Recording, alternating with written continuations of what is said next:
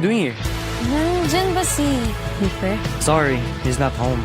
Did something happen? She was just looking for you. Just don't say anything that's gonna make her worry. I'm sorry kung minamadali kita ha. I just want now. You know, we have enough time to prepare. Presenting my masterpiece. Don't you like it? Lola! Nandito na pala kayo! Ako ba walang yakap? Hey, Jen. Ikaw pala yung mapapangasawa ng anak ko? Sure?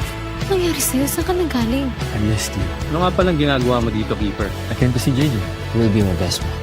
No, he will be my best man. Ano pag-uusapan natin, David? You fucking bastard! Don't fucking touch me. Don't come closer, Jake. Sabihin mo na kasi yung totoo. Ano pa yung sinasabi niyo? You sure you want to hear it?